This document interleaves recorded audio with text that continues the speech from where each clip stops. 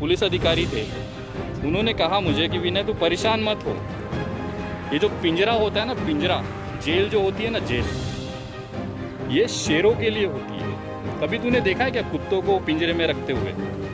लेकिन अंधभक्तों के नसीब में ना खुशी है ही नहीं।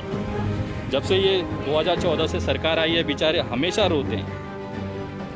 365 दिन मैं लेता हूँ अंधभक्तों की तबीयत से लेता हूँ, और मैं उसी के लिए कुख्यात हूँ, विख्यात नहीं बोल सकते, कुख्यात हूँ। मेरे जेल जाने के बाद 13 दिन तक ये अंधभक्त तांडव मचाते रहे अपने हिसाब से, लेकिन कुछ बिगाड़ नहीं पाए। मेरे को एक ही तसल्ली नहीं, इतनी करोड़ों की संख्या में अंधभक्त हैं, उसके बावजूद भी ये कुछ कर क्यों नहीं पाए? सुधीर चौधरी, जी न्यूज़ वाले भाई साहब, मुझे लगा था कि मैंने जो आपको पिछली बार बड़नौल का जो ट्यूब दिया था ना, उससे आपकी जलन कम हुई होगी। देश का दुर्भाग्य ऐसा है कि एक हफ्ता मांगने वाला व्यक्ति, 100 करोड़ की घूस मांगने वाला व्यक्ति, तिहाड़ में जाके घूसखोरी के नाम पे जेल जाने वाला सुधीर चौधरी तिहाड़ी, वो दूसरे को देशद्रोही का सर्टिफिकेट बांट रहा है। और तुम जैसे लोग ना तो देशद्रोही का शब्द ही मत बोलो रे। तुमसे जैसा बिकाऊ देश को बेचने वाला इस देश में नहीं मिलेगा। तिहाड़ जाओ तुम, 100 करोड़ की घूस मांगो तुम, और देशद्रोही मैं। मजदूरों की आवाज़ उठाना देशद्रोह है। अगर मजदूरों की आवाज़ उठाना देशद्रोही है तो मैं हूँ। हिंदू का मतलब भारतीय जनता पार्टी का गुलाम होना ये ज़रूरी नहीं है। मैं हिंदू हूँ, उस चीज़ का मुझे गर्व है, और किसी भी भड़वे अंधभक्त से ना मुझे सर्टिफिकेट लेने की ज़रूरत नहीं है। पत्रकारिता के नाम पे देश को बेचने के लिए, पैसे मांगने के लिए जेल में नहीं गया था। मैं जेल में गया था क्योंकि मेरे मजदूर भाई भूखे थे। मैं जेल में गया था कि उनके घर पे राशन का एक दाना नहीं था। मैं जेल में गया क्योंकि मुझे उन मजदूरों को भूखे मरते नहीं देखना था। यही फ़र्क है आप में, एक दलाल पत्रकार में और एक विनय दुबे में। हम कैसे हो अंधभक्तों? सुधरे कि बिगड़े ही हुए हो? आज भी चौकीदार हो या फिर डॉक्टर इंजीनियर बन गए? अरे मैं भी भूल जाता हूँ यार। डॉक्टर इंजीनियर बनने के लिए ऊपर जो खोपड़ी है ना, उसके अंदर दिमाग होना बहुत ज़रूरी है। और गोबर तो गोबर, सॉरी, गटर तो गटर। ये जो देश है ना, ये कानून से चलता है। ये जो देश है ये संविधान से चलता है, इनके बकचोदी से नहीं चलता है। जो बैर चल रहा है पिछले सालों से, मैंने कम से कम साल के 365 दिन मैं लेता हूँ, इनकी तबीयत से लेता हूँ। जिस तरह से ये चीज़ें चलाई जा रही थी कि वहाँ पे विनय दुबे के साथ मारपीट हुई, पुलिस ने बहुत सुझाया। उनको कहना चाहता हूँ, ये मुंबई पुलिस है, ये एक इतनी बेहतरीन स्टाफ है, पुलिस होती है जो मानवीयता के आधार पे काम करती है। और पुलिस ने ये माना है कि मैं एकमात्र ऐसा व्यक्ति हूँ पूरे भारत में जिन्होंने मज़दूरों को लेके इस तरह का मूवमेंट, इस तरह की बयानबाजी, इस तरह की उनकी आवाज़ उठाने का जो मैंने प्रयास किया, जिसका रिज़ल्ट था कि मुझे जेल हुई। लोग मुझे अंधभक्त बोलते हैं कि तेरी क्या औकात है, विनय दुबे कौन है, क्या कर सकता है, तेरे को कौन जानता है। तो मैं बताना चाहता हूँ कि विनय दुबे वो व्यक्ति है जिसके नाम के लिए पूरे भारत की सभी भाषाओं में 24-24 घंटे लगातार 3-3, 4-4 दिनों तक न्यूज़ चली है। विनय दुबे की वो औकात है। लेकिन एक दुखद पहलू ये भी है कि जिन मज़दूरों ने देश के अर्थव्यवस्था को एक नंबर बनाया, आज उन्हीं मज़दूरों से पैसे लिए जा रहे हैं। तो कहीं ना कहीं वो हिम्मत मुझे मिलती थी कि शायद मैंने, और ये लगभग सभी को पता था कि मैं कोई गलत काम करके नहीं आया हूँ जेल में। मैंने उन मज़दूरों की आवाज़ उठाई, खास करके उन उत्तर भारतीय लोगों की आवाज़ उठाई जिनका कोई पूछने वाला नहीं था। और आज उसी का फल है क्या, जो अपने ट्रेनों में बैठ के घर जा रहे हैं और एक उनके चेहरे पे जो मुस्कान है, उसमें जो एक आशीर्वाद निकलता है, वो विनय दुबे के पास पहुंच रहा है। और कहीं ना कहीं बहुत सारे मैसेजेस आए कि विनय जी अगर आप जेल नहीं गए होते तो शायद आज जो सरकारें ये बस और ट्रेन के बारे में बात कर रही है तो शायद ये नहीं हो पाता। मेरी कुर्बानी बेकार नहीं गई, इसका मुझे एक संतुष्टि है। और मुझे एक गर्व है इस चीज़ का कि मेरे जेल जाने की वजह से आज लाखों की संख्या में, आज करोड़ों की संख्या में जो परिवार एक दूसरे से बिछड़े हुए हैं, एक पिता अपने बच्चों से बिछड़ा हुआ है, एक बाप अपने माँ बाप से बिछड़ा हुआ है, पिता अपने पुत्र से बिछड़ा हुआ है, अपने परिवार से बिछड़ा हुआ है, अगले कुछ दिनों में वो अपने परिवार के बीच होगा। और ये मेरे लिए सबसे बड़ी संतुष्टि की बात है। कि मेरी ये जो बैर है, मेरी जो लड़ाई है सोशल मीडिया पे गाली गलौज, माँ बहन की गाली गलौज करने वाले, महिलाओं को बलात्कार की धमकी देने वाले उन अंधभक्तों, केवल उन अंधभक्तों के साथ में है जो ये गाली गलौज करते हैं। बाकी मुझे किसी राजनीतिक दल या किसी पार्टी से मतलब नहीं है। मैं हिंदू हूँ, मुसलमान हूँ, मैं कोर्ट में ऑलरेडी साबित कर चुका हूँ। और जितने भी मीडिया चैनल, मैं इसी के लिए इतना दिन समय लिया, मुझे वो एविडेंसेस जमा करने थे ताकि भविष्य में उनको मैं मुंबई बुला सकूं, अपना मेहमान बना सकूं और सेवा कर सकूं। और सारी लिस्टिंग तैयार है। अगले ही कुछ दिनों में जैसे ही कोर्ट्स खुलेंगी लॉकडाउन के बाद से मेरी प्रक्रिया शुरू हो जाएगी और बारी बारी सबकी जिस तरह से जिन्होंने जो बर्ताव किया है ना, उनको सूद समेत मैं वापस दूंगा, ये मेरा शब्द है। और जो मेरे पुराने साथी हवा में उड़ रहे थे, जिन्होंने कभी कभी पोस्ट डाली थी कि मुझे विनय दुबे की जान से खतरा है, जो विनय दुबे जैसा बैग लटका के अपने आप को विनय दुबे जैसे कपड़े पहन के अपने आप को विनय दुबे समझते हैं, उनको तो खास मेरा संदेश है, आ रहा हूँ, संभालो बस। नमस्कार दोस्तों, मैं विनय दुबे मुंबई से। कैसे हो अंधभक्तों? सुधरे कि बिगड़े ही हुए हो? आज भी चौकीदार हो या फिर डॉक्टर इंजीनियर बन गए? अरे मैं भी भूल जाता हूँ यार। डॉक्टर इंजीनियर बनने के लिए ऊपर जो खोपड़ी है ना, उसके अंदर दिमाग होना बहुत ज़रूरी है। और गोबर तो गोबर, सॉरी, गटर तो गटर। मैं विनय दुबे मुंबई से। आप लोगों के लिए मैं दिल से धन्यवाद करता हूँ। जिस तरह से आप लोगों ने मेरे लिए दुआएं की, मेरे लिए आप लोगों ने जिस तरह से प्रार्थनाएं की, पूरे देश से, पूरे विश्व से जिस तरह से मेरे लिए कामना की गई, उसके लिए मैं आप सभी का दिल से आभार मानता हूँ। यही कारण है कि आज मैं बाहर हूँ और वापस से अपने जो लोग हैं, जो मजबूर हैं, उनकी सेवा कर पा रहा हूँ। बहुत सारी अफवाहें इस बीच उड़ी थी। सारे लोगों ने एक तरह से ये अंधभक्तों ने एक तरह से एक पूरा माहौल बना लिया था कि 3-4 साल के लिए कम से कम विनय दुबे गया या रासुका में वो अंदर गया। लेकिन क्या होता है ना, ये अंधभक्तों के ऊपर का जो खाला माला है ना, वो खाली है। उनको समझ में नहीं आता, ये जो देश है ना, ये कानून से चलता है। ये जो देश है, ये संविधान से चलता है, इनके बकचोदी से नहीं चलता है। तो कहीं ना कहीं ये चीज़ें वहाँ पे लागू ही। और मुझे बाहर आने में सबसे बड़ा जो हाथ है वो इन्हीं अंधभक्तों का है। मेरी जिस तरह से मुझे ये सोशल मीडिया पे टारगेट करते थे, उसको लेके एक तरह से मेरा उनका जो बैर चल रहा है पिछले सालों से, मैंने कम से कम साल के 365 दिन मैं लेता हूँ, इनकी तबीयत से लेता हूँ। और यही चीज़ कोर्ट में साबित करने के लिए मुझे एक, बोलते हैं ना, एक सबूत की ज़रूरत थी। जो इन्होंने मुसलमान वाला फ़ोटो वायरल कर दिया, बाद में वो जो फैक्ट में निकला कि वो गलत है, उस आधार पे मेरी ये बात साबित हो गई और मैं आज आज़ाद हूँ। ज़मानत मिली है, मामला की जांच चल रही है। मुंबई पुलिस की सबसे बेस्ट टीम इसकी जांच कर रही है। पूरे भारत की जितनी भी सुरक्षा एजेंसीज़ हैं इसकी जांच कर रही है और इसमें बहुत जल्द इसकी क्लोज़र रिपोर्ट आएगी। उसमें आप लोगों को पता चल जाएगा कि क्या है। मैं सिर्फ इतना कहना चाहूँगा, अदालत में एक आश्चर्यजनक, एक अप्रत्याशित रिज़ल्ट आएगा अगले कुछ दिनों में इस मामले को लेके, और आप लोग इसको देखेंगे। दूसरा, जिस तरह से ये चीज़ें चलाई जा रही थी कि वहाँ पे विनय दुबे के साथ मारपीट हुई, पुलिस ने बहुत सुझाया, उनको कहना चाहता हूँ कि ये मुंबई पुलिस है। ये कितनी बेहतरीन स्टाफ है, पुलिस होती है, जो मानवीयता के आधार पे काम करती है, जो एक बोलते हैं ना इंसानियत के हिसाब से काम करती है। और ये जो बोलते हैं ना कि 2 कौड़ी के जो अंधभक्त हैं ना, उनके लिए ये सारी चीज़ें कॉमन हैं।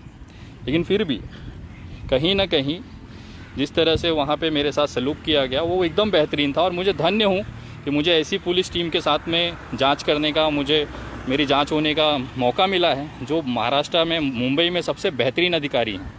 और मुझे पता है उनकी जांच में कल को भविष्य में जो भी चीज़ें आएंगी, मुझे भी अपनी बात रखने का मौका मिलेगा। उस समय अदालत की तरफ से एक बेहतरीन फ़ैसला आएगा और ये आप सबके सामने होगा। मैं ये लाइव आने का कारण था कि मैं आपको बताना चाहता हूँ कि मेरे सारे फेसबुक अकाउंट डिलीट्स कर दिए गए हैं सरकार की तरफ से। एक मैंने नया पेज बनाया है जो कि द विनय दुबे के नाम से है, जिस पे मैं लाइव हूँ फ़िलहाल में। आप उस पर जुड़ें और जिस तरह से आप लोगों ने पूरे देश से प्यार और स्नेह दिया था, वैसा ही प्यार और स्नेह इस पेज पे आप जुड़ के आप लोगों तक मेरी बात पहुंचाएं।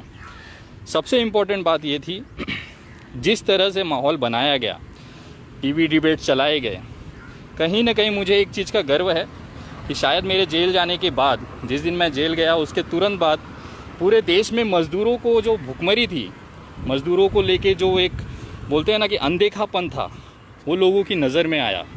और पुलिस ने ये माना है कि मैं एकमात्र ऐसा व्यक्ति हूँ पूरे भारत में जिन्होंने मज़दूरों को लेके इस तरह का मूवमेंट, इस तरह की बयानबाजी, इस तरह की उनकी आवाज़ उठाने का जो मैंने प्रयास किया, जिसका रिज़ल्ट था कि मुझे जेल हुई।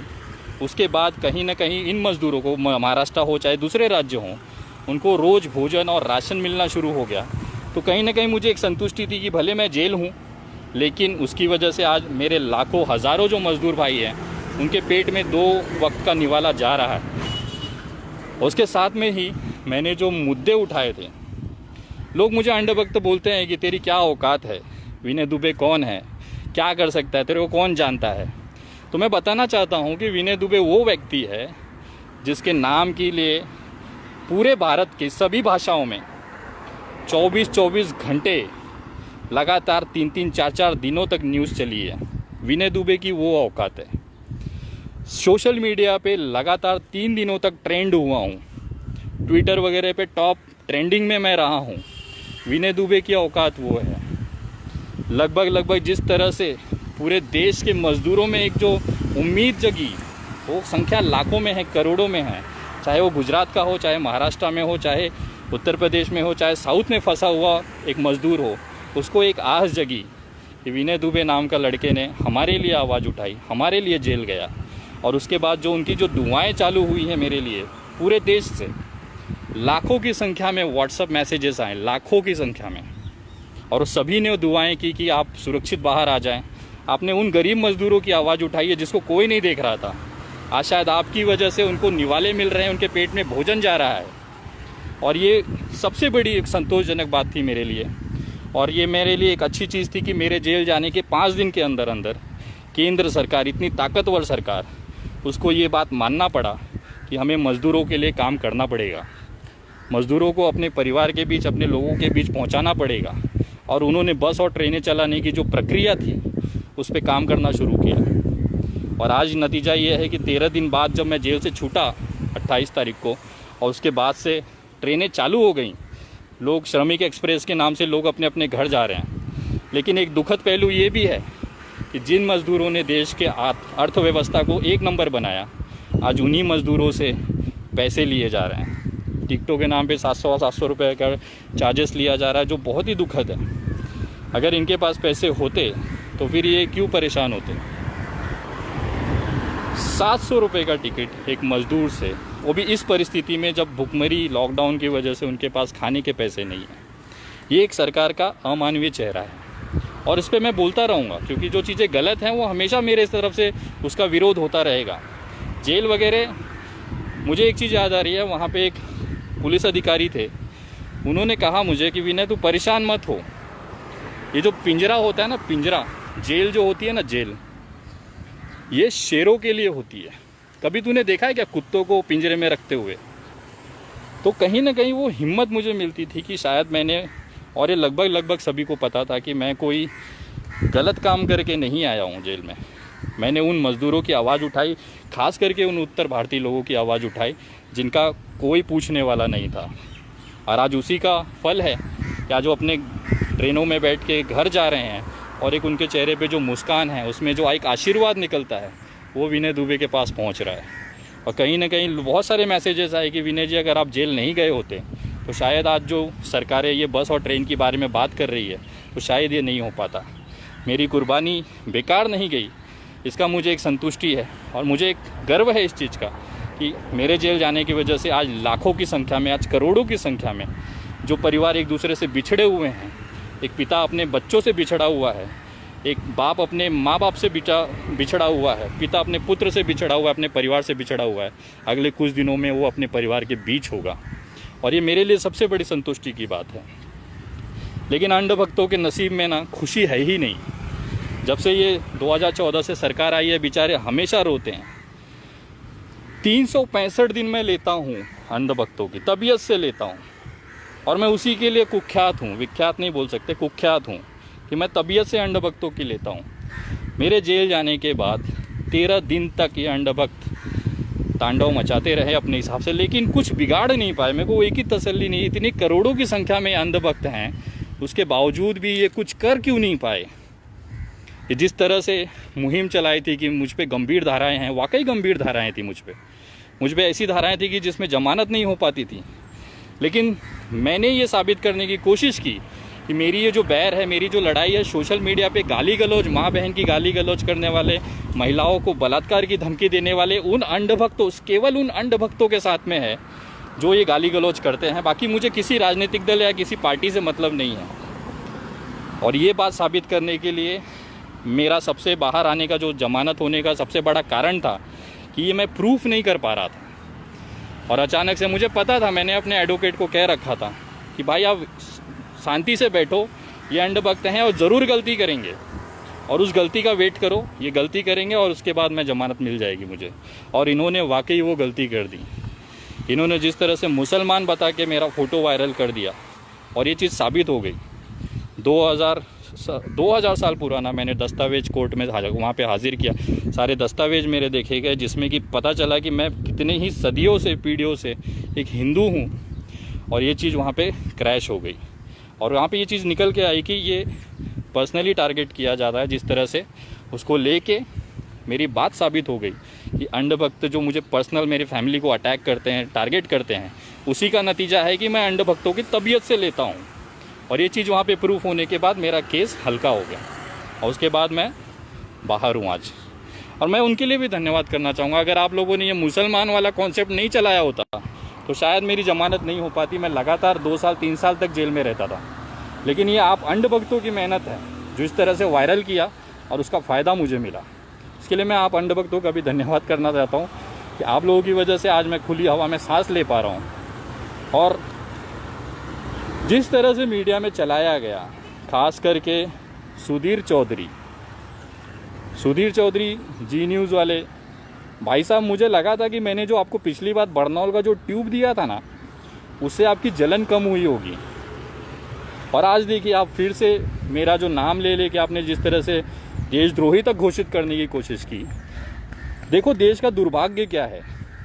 देश का दुर्भाग्य ऐसा है कि एक हफ्ता मांगने वाला व्यक्ति, 100 करोड़ की घूस मांगने वाला व्यक्ति, तिहाड़ में जाके घूसखोरी के नाम पे जेल जाने वाला सुधीर चौधरी तिहाड़ी, वो दूसरे को देशद्रोही का सर्टिफिकेट बांट रहा है। अरे सुधीर भाई, मैं आपके जैसे हफ्ता मांगने के इल्ज़ाम में जेल नहीं गया था।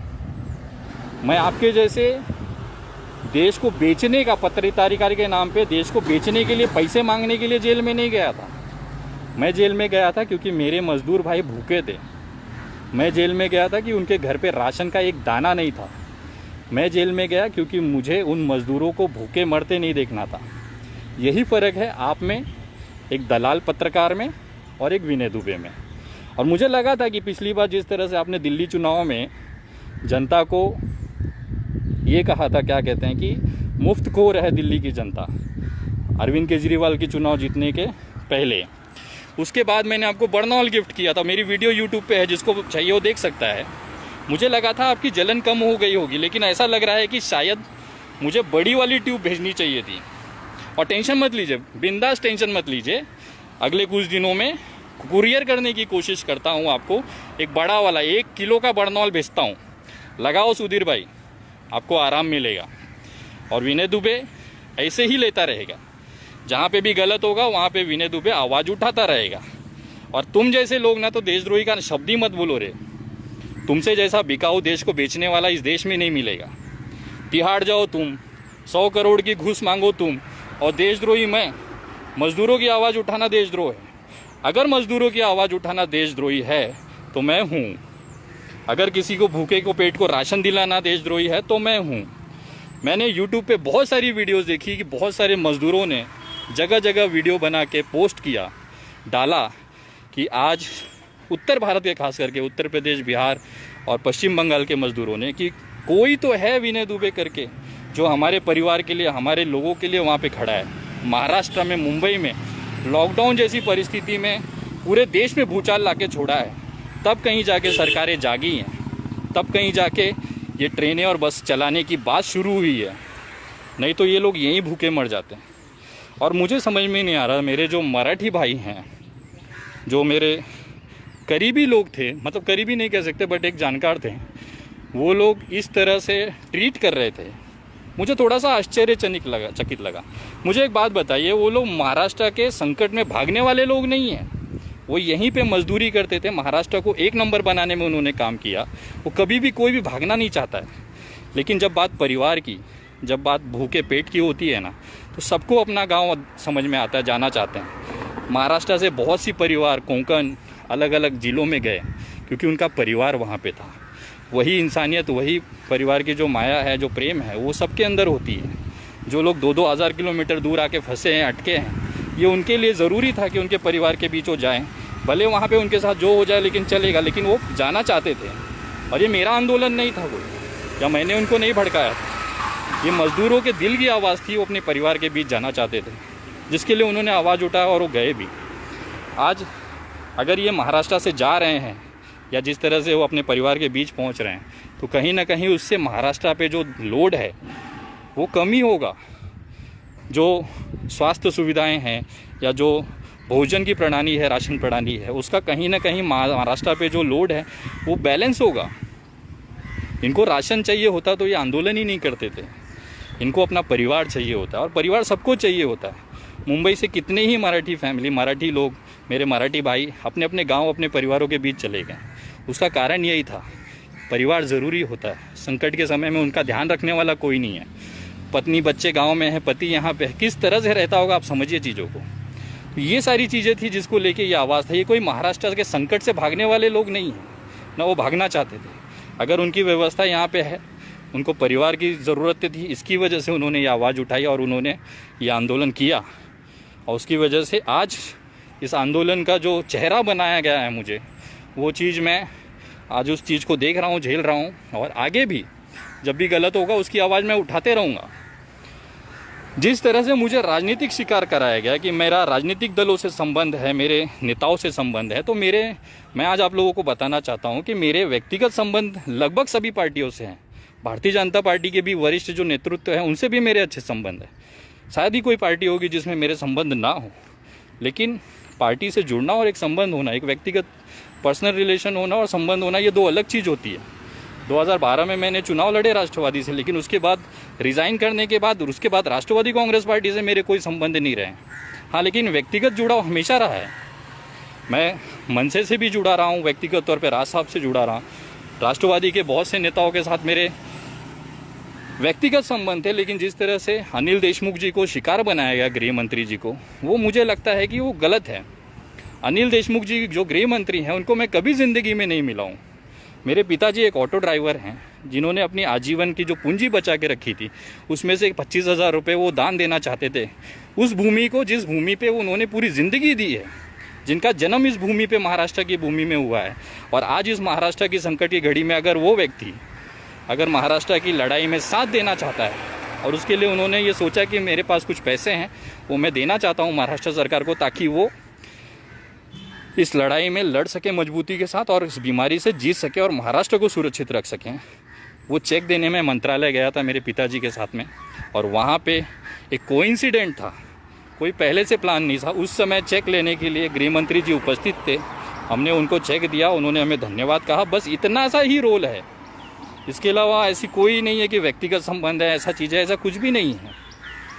पर्सनल रिलेशन हमारे सबके अपने साथ हैं। मैं आज राजनीति, समाज नीति में हूँ, समाजकारण में हूँ, तो ये पॉलिटिकली लोगों से मिलना, उनसे काम करना, ये सारी चीज़ें ज़रूरी होती हैं और करना पड़ता है। बट इसका मतलब ये नहीं है कि मैं इस पार्टी से हूँ, मैं इस पार्टी से जुड़ा हूँ, उसका सदस्य हूँ, ऐसी कोई चीज़ें नहीं थी। और मुझे गर्व है कि कम से कम अंधभक्तों के बापों के जैसे, अंधभक्तों के पिताजियों के जैसे मेरे पिताजी नहीं हैं। मेरे पिताजी भले पूरी ज़िंदगी उन्होंने ऑटो चलाया, लेकिन कम से कम महाराष्ट्र में जब संकट आया, महाराष्ट्र में जब सबसे ज़रूरत पड़ी, तो उन्होंने अपनी आजीवन आगे के भविष्य के लिए जो पैसे संभाल के रखे थे उसमें से कुछ पैसे महाराष्ट्र की लड़ाई में दान दिया। मैं अंधभक्तों से पूछना चाहता हूँ, तुम्हारे कितने बापू ने कितना पैसा दिया और तुम्हारे क्या योगदान रहा है कोरोना रोकने में, उस पर चर्चा नहीं करोगे। और जिस तरह से टारगेट किया जाता है वो बहुत ही भयंकर हिसाब से होता है, लेकिन कोई फ़र्क नहीं पड़ता। जिस तरह से मैंने आज तक ली है अंधभक्तों की, वैसे आगे भी लेता रहूँगा। ये वीडियो बनाने का मेरा कारण यही था कि कुछ चीज़ें जो थी आपको जानना ज़रूरी थी। मैं हिंदू हूँ, मुझे गर्व है इस चीज़ का। मेरे 200 साल 300 साल पुराना जो इतिहास, उससे पहले का जो मेरा हिंदू धर्म का इतिहास रहा है, उस पर मैं कट्टर हूँ और आगे भी रहूँगा। हिंदू का मतलब भारतीय जनता पार्टी का गुलाम होना ये ज़रूरी नहीं है। मैं हिंदू हूँ, उस चीज़ का मुझे गर्व है। और किसी भी भड़वे अंधभक्त से ना मुझे सर्टिफिकेट लेने की ज़रूरत नहीं है। मैं हिंदू हूँ, मुसलमान हूँ, मैं कोर्ट में ऑलरेडी साबित कर चुका हूँ। और जितने भी मीडिया चैनल, मैं इसी के लिए इतना दिन समय लिया, मुझे वो एविडेंसेस जमा करने थे ताकि भविष्य में उनको मैं मुंबई बुला सकूं, अपना मेहमान बना सकूं और सेवा कर सकूं। और सारी लिस्टिंग तैयार है। अगले ही कुछ दिनों में जैसे ही कोर्ट्स खुलेंगी लॉकडाउन के बाद से मेरी प्रक्रिया शुरू हो जाएगी और बारी बारी सबकी जिस तरह से जिन्होंने जो बर्ताव किया है ना, उनको सूद समेत मैं वापस दूंगा। ये मेरा शब्द है। और जो मेरे पुराने साथी हवा में उड़ रहे थे, जिन्होंने कभी कभी पोस्ट डाली थी कि मुझे विनय दुबे के जान से खतरा है, जो विनय दुबे जैसा बैग लटका के अपने आप को विनय दुबे जैसे कपड़े पहन के अपने आप को विनय दुबे समझते हैं, उनको तो खास मेरा संदेश है, आ रहा हूँ, संभालो। बस इतना सा संदेश था। आप मेरे सोशल मीडिया पेज से जुड़ें, द विनय दुबे करके, या आप @विनय दुबे इंडिया करके सर्च करेंगे तो द विनय दुबे करके आपको एक फेसबुक पेज मिलेगा जिसमें मेरा लाइव वीडियो रहेगा, ये वाला। और इससे आप ऑथेंटिक समझें कि ये मेरा खुद का अकाउंट है। बहुत सारे मेरे नाम के अकाउंट है, लेकिन आप लोग संभल के रहें। मेरा जो ओरिजिनल फेसबुक अकाउंट पेज मैंने बनाया है वो द विनय दुबे के नाम से है, आप सर्च करिएगा। ट्विटर पे आप मुझसे जुड़ सकते हैं। ट्विटर पे मुझे फॉलो करने के लिए @THE_विनय VINAY दुबे DUBEY @the_विनय दुबे, इस नाम से मेरा ट्विटर है, उस पर आप जुड़ सकते हैं। और आप लोगों का आशीर्वाद और साथ ऐसे ही रहे। और मैं उन तमाम लोगों को दिल से धन्यवाद करता हूं कि मेरे परिवार में इतनी मुश्किल घड़ी में जिन्होंने मेरा साथ दिया, जो मेरे परिवार के साथ खड़े रहे, मैं उनका दिल से धन्यवाद करता हूं और आजीवन ऋणी रहूँगा आपके इस एहसान का। जिस तरह से भी चीज़ें गई हैं, मेरी पूरी एडवोकेट टीम, अरुण मिश्रा जी को मैं धन्यवाद करूंगा जिन्होंने दिन रात मेरे परिवार को, मेरे छोटे भाई का मैं धन्यवाद करता हूं जिसने बहुत मेहनत किया मुझे इस चीज़ से बाहर निकालने के लिए। और मैं वेट करूंगा अदालत के फ़ैसले के लिए, जब हकीकत इस देश के सामने, इस दुनिया के सामने आएगी। और उसके बाद मैं सवाल पूछूंगा उन लोगों से जिन्होंने मेरे पीठ पीछे, मेरे अपने लोगों से जिन्होंने मेरे पीठ पीछे जिस तरह से बुराइयां की, जिस तरह से गालियां दी, एक एक गाली का हिसाब लेगा ये विनय दुबे। मैं कुछ चीज़ भूलता नहीं हूँ, बस समय का इंतज़ार करता हूँ। सही समय पर सही चीज़ ज़रूर करूँगा और ये मेरा शब्द है। और मैं उन तमाम मेरे मज़दूर भाइयों से कहूँगा, और ख़ास करके केंद्र सरकार से निवेदन करूँगा और उनको धन्यवाद करूँगा, केंद्र सरकार जी को, माननीय प्रधानमंत्री जी को धन्यवाद करता हूँ कि आप लोगों ने मज़दूरों के लिए सोचा, ये उनको अपने घर पहुँचाने के लिए जो कदम उठाया, सराहनीय कदम उठाया, उसका मैं धन्यवाद करता हूँ, आभार मानता हूँ। और लेकिन एक छोटी जानकारी ये भी देना चाहता हूँ कि जो रेलवे चल रही हैं वो केंद्र सरकार के अधीन में है, उसमें राज्य सरकार का कोई रोल नहीं होता है। तो जो टिकटें वगैरह की जो खरीदी होती है, जो पैसे लिए जाते हैं, वो केंद्र सरकार की तरफ से लिए जा रहे हैं। तो उनको मैं निवेदन करूँगा कि ऑलरेडी ये मज़दूर बेचारे मजबूर हैं, इन पे इतनी तो दया करिए। 100-500 रुपये से कुछ फ़र्क नहीं पड़ जाएगा सर, इनको जाने दीजिए। अगर आप ले जा रहे हैं, जा ही रहे हैं लेके, तो कम से कम इन्हें निःशुल्क लेके जाएं ताकि इन पे दबाव ना बने। और मैं आप लोगों की कर्म भी खास करके महाराष्ट्र सरकार का दिल से धन्यवाद करना चाहूँगा, जिस बेहतरीन तरीके से कोरोना से ये लड़ रहे हैं। शायद ही पूरे देश का कोई राज्य इतनी खूबसूरत तरीके से, इतनी मेहनत से लड़ रहा होगा। और मुझे आशा है जल्दी हम लोग कोरोना जैसी बीमारी से बाहर आ जाएंगे। मैं सभी लोगों से निवेदन करूँगा, अपने घरों में रहें, सुरक्षित रहें और अपने परिवार का ध्यान रखें। ये पल वापस नहीं आएगा, अपने परिवार के साथ उसे एंजॉय करें और अपना आशीर्वाद और प्यार मुझे इस तरह से रखें ताकि आगे भी जब भी गलत हो विनय दुबे छाती चौड़ा करके वहाँ पे डंके की चोट पे खड़ा मिले। इतना आशीर्वाद, इतनी हिम्मत मुझे देते रहें। मेरे पेज से जुड़ें, अपनी बातें वहाँ पे रखें, मेरी बातें आप सुनें और देश को स्वर्णिम बनाने में मेहनत करें। जय हिंद, जय महाराष्ट्र।